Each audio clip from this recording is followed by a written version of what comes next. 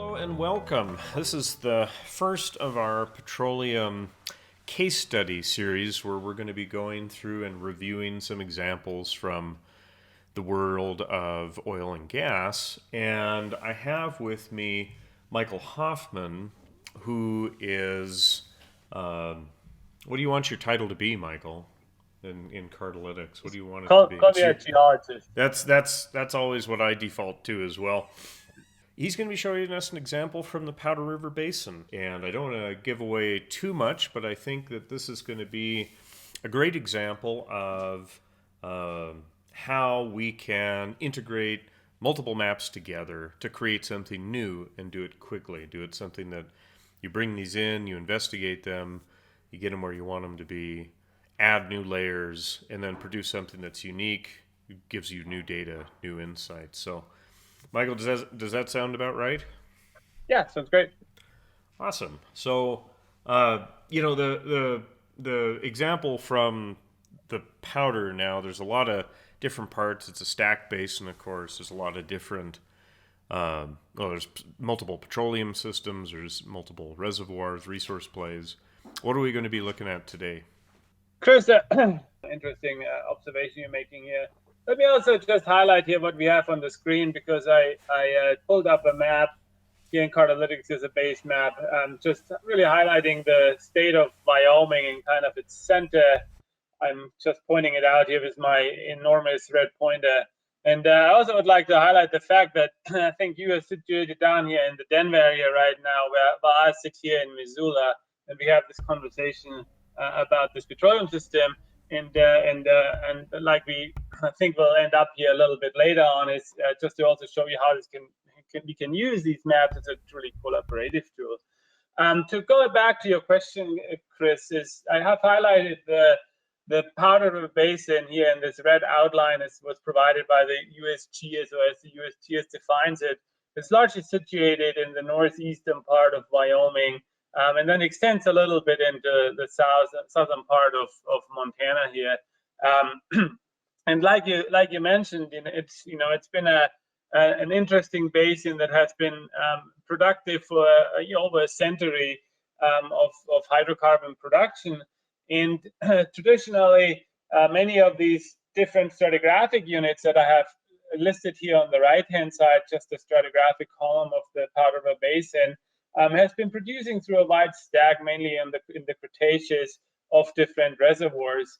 So these are highlighted here by these black dots for oil production, and these little more star-like looking features for gas production. And what we're focusing on today is really a little bit here, this upper part of the Cretaceous, what's called the Cody Shale, the Shannon, and the Sussex. But before I head down too far a direction and not really answering your question, Chris, is that kind of what you're interested in, and do I answer your question with this? Yeah, that's exactly right. I think any of these resource plays or basins that have a lot of unconventional potential, there's a lot of different factors, parameters that operators have to consider. And one of those things is, when you're looking at an individual unit reservoir like the Cody, the Shannon, the Sussex, there's going to be a lot of things that feed into what's important there. And I think what I'd like to see in Cartalytics is how I can bring in those things, how I can bring in those different parameters and look at them all together.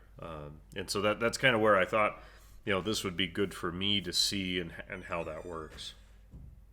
Okay, yeah, no, this is really good. And I mean, as you know, Chris, any type of oil basin is dependent on an active and functional petroleum system. And petroleum systems have, of course, very many different components, starting with source rock, going to the right migration and film history story, all the way up to the right and perfect operating reservoir. Traditionally in the Powder River Basin and any other oil basin, of course, we've always been focusing on trying to find the best reservoirs to produce them. Over the last few decades now, with having more these unconventional developments, we're targeting more and more closer to the source rock. So just to point this out on this strat column, again, many of the highlighted formations that have been traditionally produced here, oil and gas, are these really good reservoirs. Lately, the focus in the Powder River Basin has been also more on the Maori and the Cody Shale and some of the other more organic rich source rock potential type of rocks. I'd like to keep this part out for today, but and really just focus on the stacked reservoir component of that, if that's okay with you, Chris. But I think it hopefully gives you an idea how Cartalytics can be used to start integrating these types of layers. Yeah, absolutely. I mean, it would certainly be a much longer video here if we're going to go doing a full petroleum systems assessment of the Powder River Basin. I've got that book. It's a long book. It's a good book.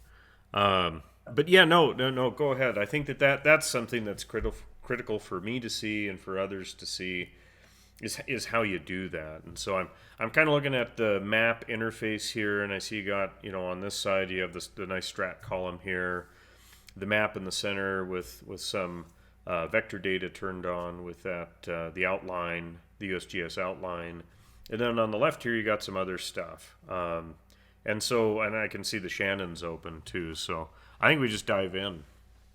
Okay. Let me do that. Let me just quickly change here the pointer in the video conferencing tool we use, so I can actively actually interact with my Cartalytics platform. Yeah. So I have to now watch my hand. And so like you already pointed out, here on the left-hand side are pretty much the active layers that are in the project right now. And I opened the Shannon and Sussex layers. Again, these are these more conventional reservoirs near the top. And really what I'd like to emphasize here is the fact how we can build these type of stacked reservoirs. Let me change quickly the background. So there's multiple base maps in the program that we can use, and just go to a satellite image, just because it will provide a little bit better background and contrast when we zoom in here. So let me zoom in a little bit to the Powder River Basin. So you've got multiple base layers in there. It looked like you had a lot of topo things like that. So that's great. That's always nice to be able to toggle that quickly on and off. Yeah, and there's flexibility to this. You can upload other additional base maps or that can be drawn in. We can customize that whatever is needed. But there's already a large selection of different topo maps, other USGS layer maps. Let me just bring this up here.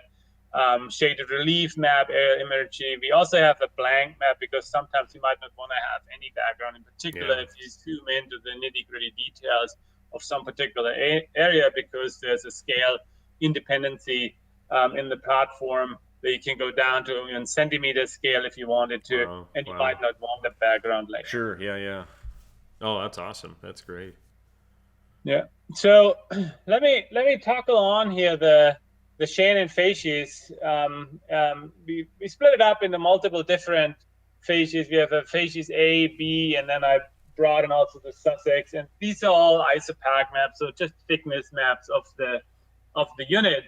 And when you look at those individually, what you used to seeing in these maps in itself is you see a thickness range. Right. Let me just extend it to the full extent of the map. So in this case, what you see here is the thickness of the Shannon from this one facies A, whatever that is exactly, from pretty much 1 foot to 115 feet.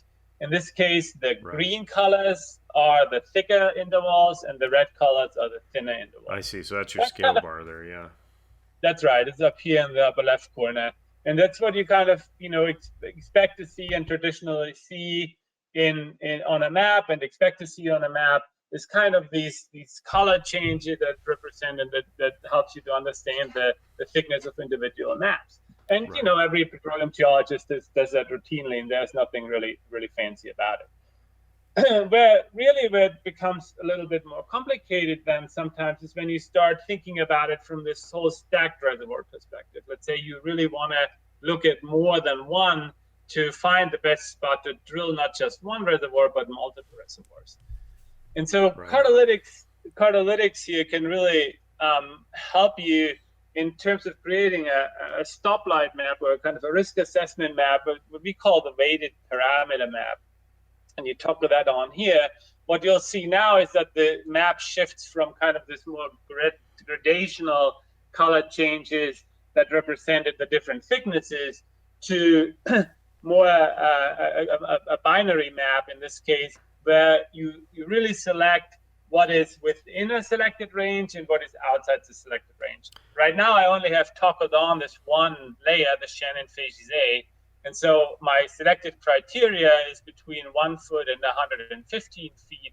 And so everything that's listed in green now is within that selected range, and everything that's in red is outside that selected range. I see. So yeah, so the green means go and the red means stop. You've got a real, you're basically missing the facies A through the red colored section based on the scale bar, right?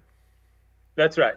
Right. And like in any, like reservoir, if you think about it from producibility, you want to have a thicker stack of good reservoir facies that in general provides you a much larger storage volume. And so here with these slider bars where I'm on the left-hand side, I can either move those slider bars around to select the thickness I want, or I can type it in.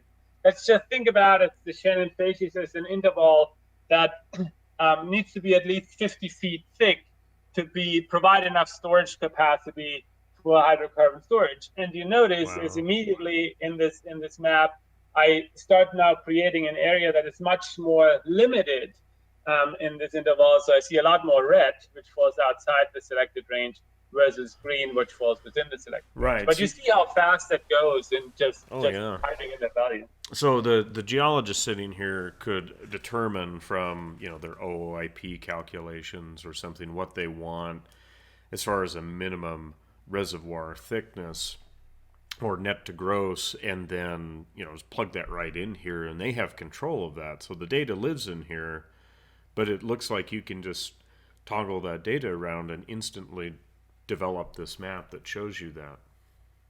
That is correct. And then play around with it, obviously. So if you have a lease acreage that's slightly outside of this boundary, this kind of binary map, as you say, well, you might play around with where that is exactly and how that's going to affect your ultimate recoveries. That's correct. And we'll get to this here in just a second. I'll bring in a little bit of a lease map, which is more of a vector data set right now. And I should have mentioned that early on, is we're dealing with much more raster data. And each raster data set contains information on each pixel. If you want to see it in this way, kind of each photograph has a certain pixel value, and the raster data set is kind of similar. So if I click on an individual raster point, I get information about this point in this data set.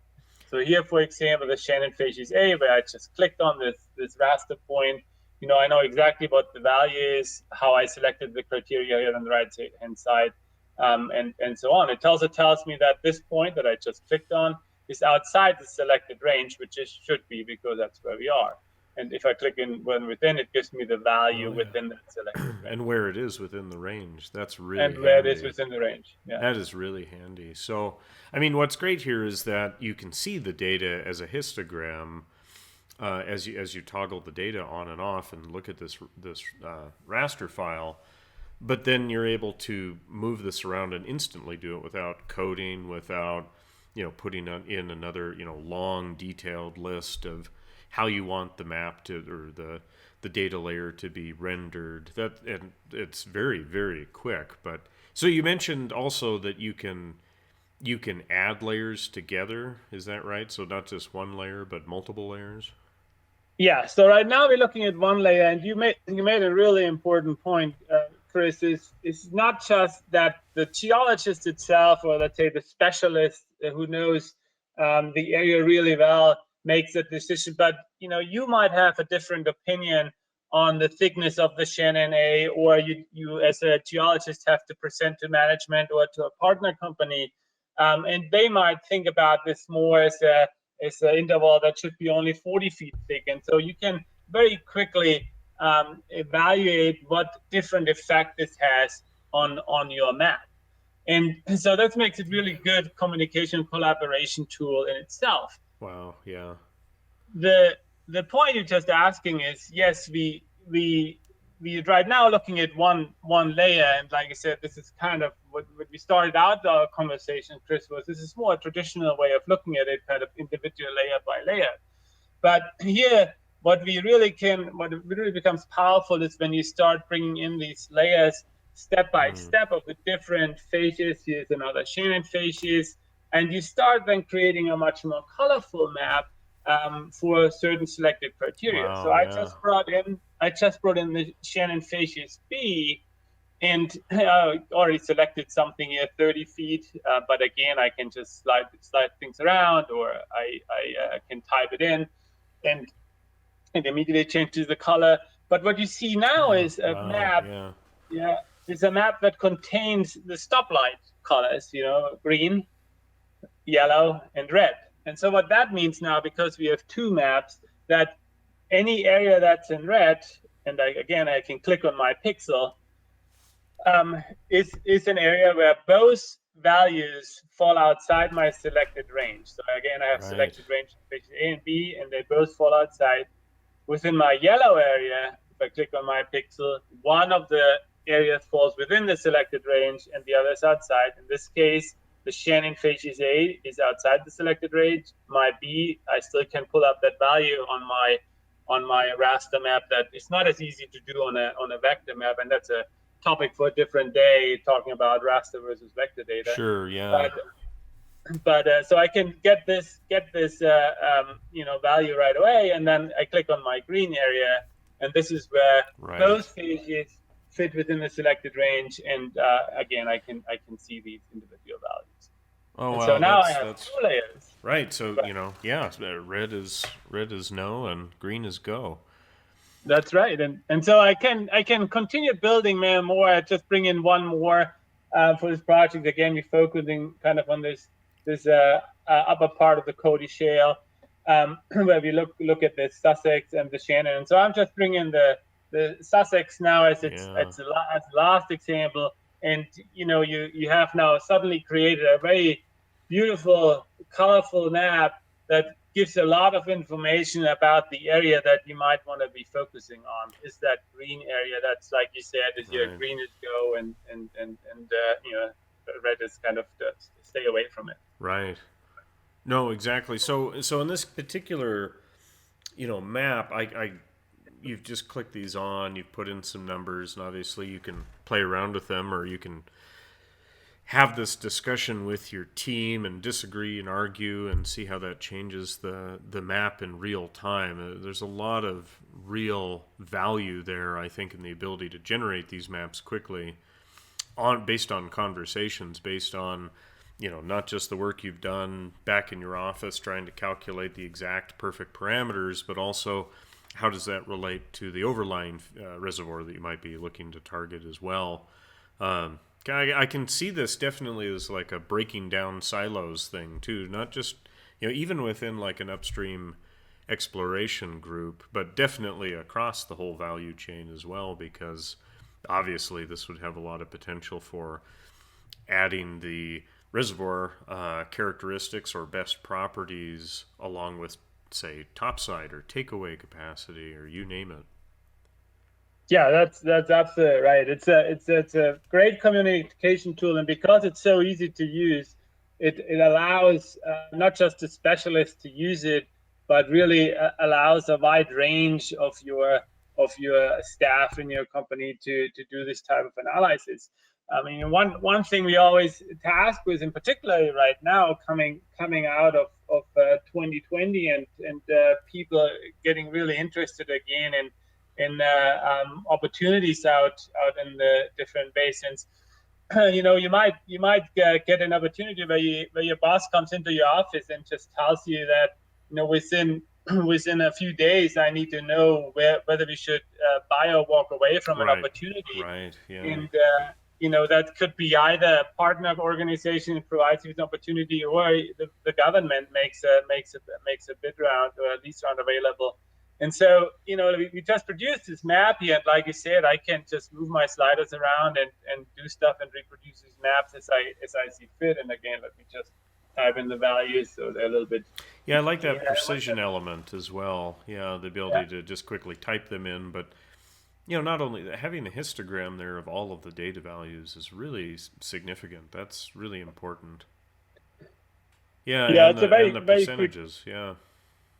very quick evaluation of what to expect from these layers without actually bringing it up on the map. So let's say an operator is out there and they've been drilling Shannon B, let's say. So to pick one, they've been drilling that facies or that bench, and that's what they're primarily targeting. But they are interested in the overlying, underlying stuff, or maybe a whole series of this, or maybe some of the more unconventional stuff. Could you weight a particular one to say, okay, well, I know I need to make pay in the Sussex or in the Shannon B, so that's the one I care the most about. But the other ones I also care about. Now, all things being equal, I'd love to be able to punch some wells in there as well. Yeah, this is an interesting question, Chris. There's a lot of flexibility in terms of granularity you can add in this platform, as well as the weighing piece. So you brought up a very important point. Let's say you are a Sussex operator and you have a lot of confidence in your Sussex because you've been working it for decades. Here on this next to your histograms on these bars where I just typed in the values for the thickness, if you go down, you see there's X3 listed here on all of my layers. This is your weighing capability. So I can give a layer a particular weight. For example, like you said, you have a Sussex operator very confident in understanding the Sussex. They can say, well, I really put a lot of trust in that, and that's where I feel most comfortable. So I give it a higher weight. And so immediately you start recalculating the map, and you see how the color slightly changed. I can also say exactly the opposite. I maybe have less confidence in my Shannon Facies A, and I just weigh that different again. Your colors really significantly changed, and so this gives you these different scenarios you can play out, and the different confidence levels you can build, depending on either data density that you might have, or like you said, experience you might have, and things like that.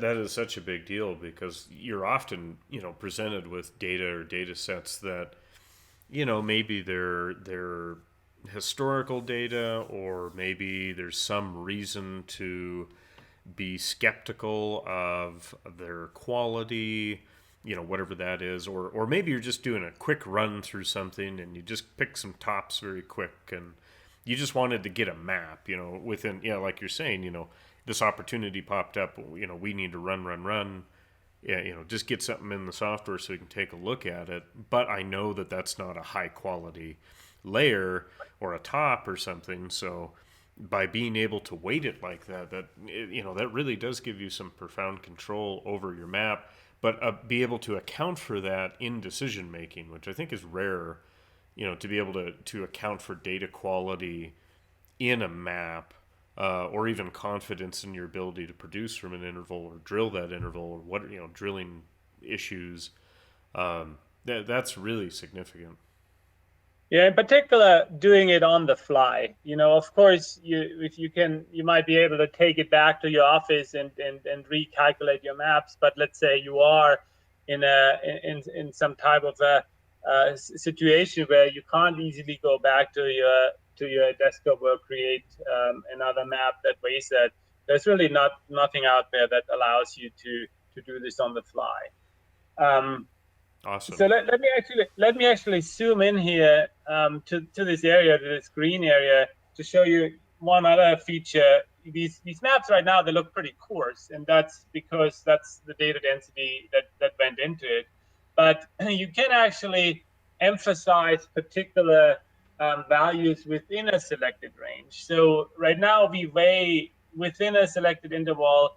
Each pixel is pretty much weighed the same, but like I said, each pixel contains information. Not every pixel is the same, even within a green area. And so if I'm a very confident Sussex operator, and I know that really I have to have the thicker Sussex to make it work, I can put, even within my selected interval, I can emphasize the larger values some more. And by doing so, I start creating a much more gradual looking map. And you notice actually Wow. Yeah. some of the green now went away. It's because the Sussex in general is It's relatively thin in this thin. area. Yeah. And so Right. it starts fading more towards that light green option. Just for sake of viewing things, let me go back to the all values the same again. Again, they all fit in the selected range. They're all thicker than 3 feet. But again, Right. if I Right. just click on the value, you see they're very close But to there it that is. point. Right. At And four so if point. I Yeah. make it gradual, it becomes more this light greenish color.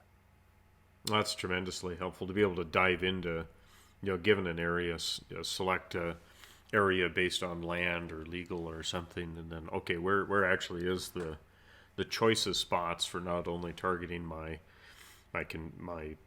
traditional stuff in the case of the Sussex example, but also where can I see the thickest of each of these other units too. That's a remarkable functionality.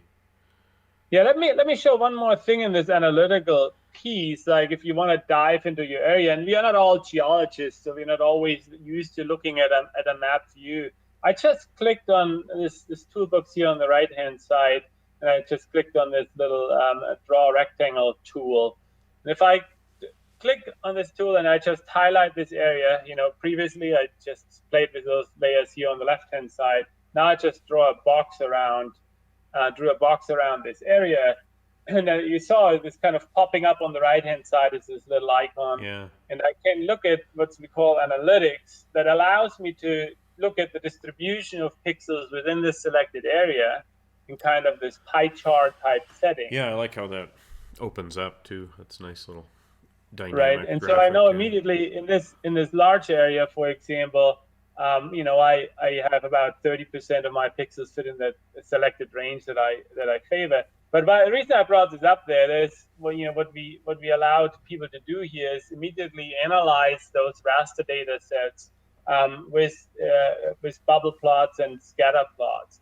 So let me bring up a bubble Right. plot and just look at the same features again that we just had. So we had our Shannon facies A, Shannon facies B. I make those the X and the Y axis. And then the Z axis, so the size of the bubble, I make our Sussex. Okay. And so I can create a bubble plot here. And you see right now what I have here is called the scatter data set in red is all within that selected area. So if Oh. I hover over a point, you see the location of that Yeah, it's popping up here geotagged. Yeah. on the map. But I can also compare it to all the data in the data set. Oh. So how unique is your selected data, compared to everything else in the area? So Right. not do I just have the capability to look at it with that granularity on the map view that I showed you previously here on the left-hand side, but I can also bring up those graphical representations and cross-plot representations here on the right-hand side that interact with my map, and I can immediately start evaluating. And again, this highlights, I think, nicely. It's the bubble size. Remember, is the thickness of the Sussex. When I hover over the bubble, and you see the thicker Sussex falls outside that area. The So bright if I green. would Yeah. Right. change this a little bit, if really Sussex is my full interest, I might want to go out there. It's my sole interest. But if I look at the best potential for the stack plays, that Right. is my best reservoir. And you Yeah. can play around with those back and forth and investigate this in all the different aspects you like.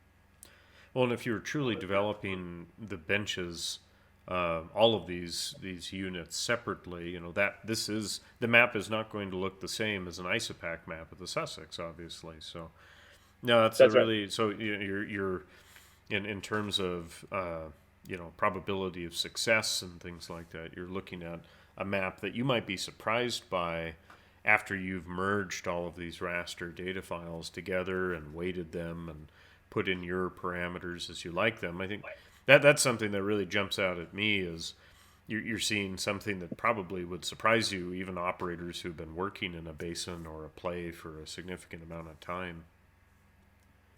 That is correct. You can always learn more from more data. And again, there's, I've only limited right now what I show you, Chris, here is the 3 layers. But you can imagine if you want to really investigate the full stack of the area for opportunities, then it becomes even more. Let's say it kind of becomes even less predictable in terms of what the outcome would really be, and how you would view that as a geologist. And these maps then can carry a lot of surprises that can be further investigated. Where this really can become powerful, it's let's say like I said, you have an opportunity that you have to make a decision within a few seconds, or if you have a lease round from the BLM that becomes available, and not just have a couple of layers down here, and these are now vector layers that I have, and these are the BLM vector maps, and I just brought those up, and so these ones became available here just recently, and you see, if zoom out again, from my criteria that I just selected from a stack potential, I really only have this one area that I'd be interested in right now, because that is really where all my criteria are fulfilled. And to your question that you asked about how would that be different from a map that you might do if you just look at one layer, let me just unclick again those Shannon faces and look at the Sussex itself, and I'll open it up completely and again change it back to what we started out with, and with what we call the sum gradient map, just your isopac map. Remember, this was that interval that we selected right now on the criteria of a stack play, where we have our little BLM opportunity. If you would investigate it more individually and just look at the isopac itself, you would completely, from the Sussex itself, you would completely disregard this area and just look at other areas that have no lease opportunities available at this point. Right. So really, really powerful of integrating these different layers and look at it holistically, and then quickly making those evaluations, rather than individually investigating them and doing this. So Cartalytics really can bring together this kind of intrinsic knowledge that some people have for this particular area, a particular interval, and add the new aspect of it that either another operator might bring in, or an opportunity somebody thrown at you, or it's big surprises just in general. Yeah, I think what you said there is critical. I mean, it really puts the geologist, or the G&G team or the upstream team in the driver's seat here, and you can play out different, not only hypotheses about the basin or how something's functioning, but also, like in this very real world example, you can test out different strategies here. We've been at this for a few minutes on a conference call, and here's two very different ways of looking at the world in terms of a drilling strategy. And if you want to go in the direction of a stacked opportunity, or trying to get in on a stacked reservoir and drill multiple targets, you would look at this in a very, very different way than how you would from just a standard isopac map, or maybe looking at two isopac maps side by side on a light table or something. Even within a software, the ability to merge these raster data files together and generate these new maps is significant, even before you drill down and are able to see how these data relate to them. I'm very excited about the scatter plots and the ability to compare raster and vector data and multiple data set types. I think that's going to have to be a whole nother conversation that we have, Michael. I think I agree with that, Chris. I've been already taking up a lot of your time, and I realize you're really excited to try this yourself. So let me actually turn on those Shannon maps again that I created, and maybe do this here. I may go back to this map that we had, and I'll leave it with, let me change the map type here to weighted parameter map again. Again, this is our stoplight map, our critical risk map. And so I'll leave it with this, Chris. And like you highlighted and like you said, there's a lot of other things we need to investigate and talk more about, and how to bring in other types of data sets, and also how we can analyze this data even in greater detail. But I know, like I pointed out and mentioned early on, is you sitting down in Denmark. I'm up here in Missoula in Montana. We're just sharing this via video conferencing tool right now, but I know you have to run and you have some other things to do, but maybe later on you might want to go back and just quickly use this data. I'll share it with you. I'll just name it Chris Draft, our little conversation, and I'll make it available to you. I know I've added you as a project user to this interval. I'll save it, and so at your convenience, just go back in, bring it back up, and play around some more and see what other things you come up with, and share it back with me. I'm curious to see what you have to. And that's all shared within the platform, so it's all available there. It's all available, and you could pull it up right now. It's instantly available to use. So it really becomes a great, powerful collaboration tool, where we even could be just talking on the phone if you can't share screens. Right. We have some video conferencing tool, and we could look pretty much in real time at the same thing. Well, that definitely helps for remote locations, and especially international as well. It's not always a simple task to just get on a video conference, even now in 2021, but that sounds like an amazing functionality for communication as well, and I want to explore that more with you, and I'm excited to get into this project and take a look at it, because obviously looking at this, the ability to change and modify parameters on the fly, as you say, you're opening up geologists and anyone working in the subsurface to entertain all of their own opinions simultaneously. There's going to be a lot of conversation developed, if not outright controversy, from being able to look at it like this and look at it dynamically, and hopefully drill down to something that's not only true, but or a more honest representation of the subsurface, but also something that's instantly meaningful, something that you can make drilling decisions or make action items from. Yeah, I think you bring up a really good point, which is probably really a good ending point, and maybe the start of the next conversation we have, Chris. You're saying drilling decisions are not always just made by a simple subsurface map we are producing, but for example has interesting restrictions that might exist at the surface and other parameters. So maybe next time we'll dive a little bit more into kind of surface parameters that might play a role, more for kind of making decisions about the exact drilling locations, well pad development, and even taking consideration what some stipulation boundaries might be, in particular in areas like Wyoming, and things like that. So there's a lot of other topics we could have a conversation and bring in the different aspects of making drilling location decisions. But I hope what I've been able to show you here right now, just from a more geologic perspective, is this very fast and quick evaluation of a stacked reservoir opportunity in this upper Cretaceous reservoir, and looking at it from a raster analysis perspective in a map setting, but also linked to kind of this cross plot and scatter plot type analysis. So really helping to communicate between different mindsets and communities within a company that helps to make this point, and then really be able also to share this information in real time with you right now. But keep it in mind that could be anybody. It could be your manager, it could be your engineer.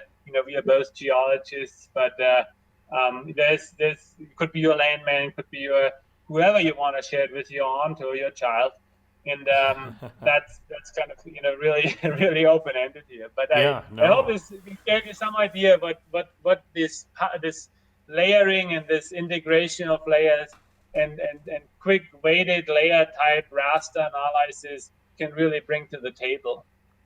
Michael, I really look forward to that. I'm really excited. I think there's a lot more for me to see in here. So thank you so much for your time, Michael. I'm going to have a lot of questions too that develop from what we've talked about, and kind of, teasing me with some of the other functionality that's in here. I can tell there's a lot more than we just looked at here today. So I'm really excited. Thank you. Thanks for answering Well, my I questions. appreciate, Chris, I really appreciate you taking the time. Thanks again. And I look forward to our next conversation. Awesome. Next time. All right. See ya. See ya.